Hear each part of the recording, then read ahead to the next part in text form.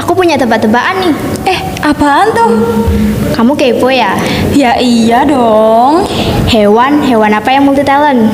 Kata nggak sih? Soalnya kan kata tuh bisa bernafas di darat dan juga di air. Salah besar sih kalau kamu jawab kata. Karena jawabannya itu kukang. Kok bisa kukang sih? Iya, kan dia bisa jadi kukang bakso, kukang bengkel, kukang listrik, kukang podcast. Kukang Podcast. Welcome to Kukang Podcast. Dengan aku Aska. Dan aku Sanggita.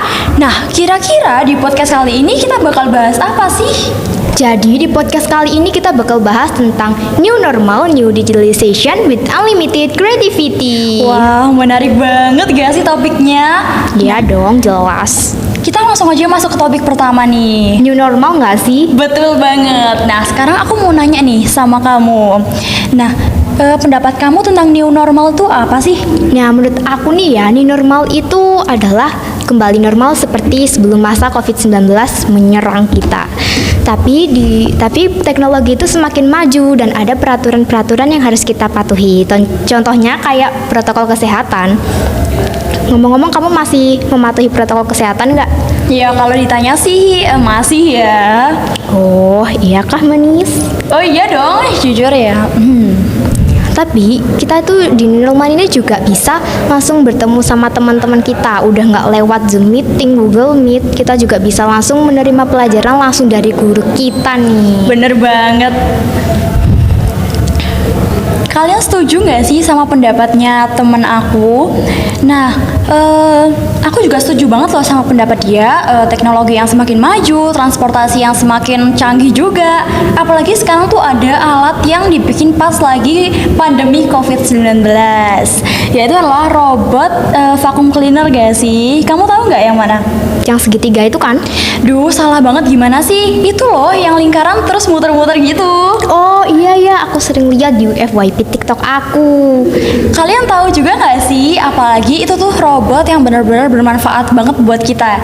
Apalagi tuh cara pemakaiannya tuh tinggal dipencet tombolnya, nanti dia bakal muter-muter terus ngebersihin isi rumah kita nih. Iya bener banget. Terus ngomong-ngomong, katanya penciptanya itu nyiptain waktu masa COVID-19 ya? Nah bener banget, saking gabutnya ya, saking nggak ngapa-ngapain di rumah, saking bosennya, akhirnya dia nyiptain alat kayak gitu. Gabutnya bisa menghasilkan karya yang bermanfaat ya. Iya bener banget tuh. Ngomong-ngomong tentang gabut nih, pasti kita tuh selalu ada rasa gabut, boring, dan lain-lain lah pokoknya.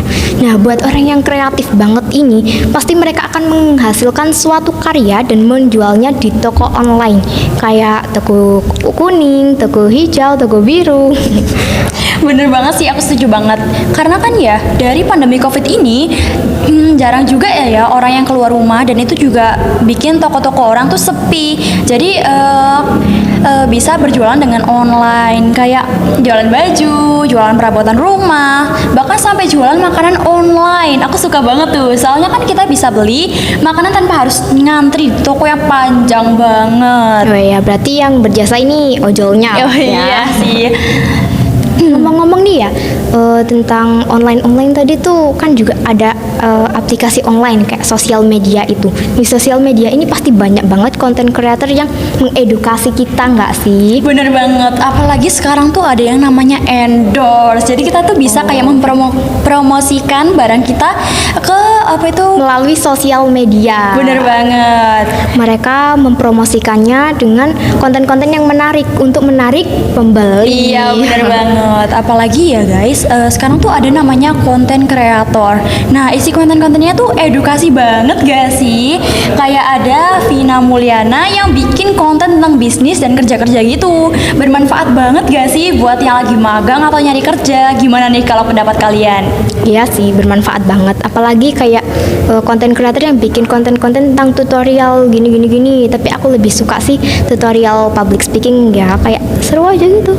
Apalagi ada juga nih dokter-dokter yang bikin konten edukasi kayak gimana ya pertolongan pertama itu, gimana cara melakukannya. Itu tuh bermanfaat banget ya sih. Apalagi sampai ada aplikasi yang khusus buat konsultasi. Jadi nggak usah perlu ribet-ribet buat ke langsung datang ke dokternya. Nah bener banget. Kita udah lewat aplikasi, kita kirim keluhan kita, udah deh.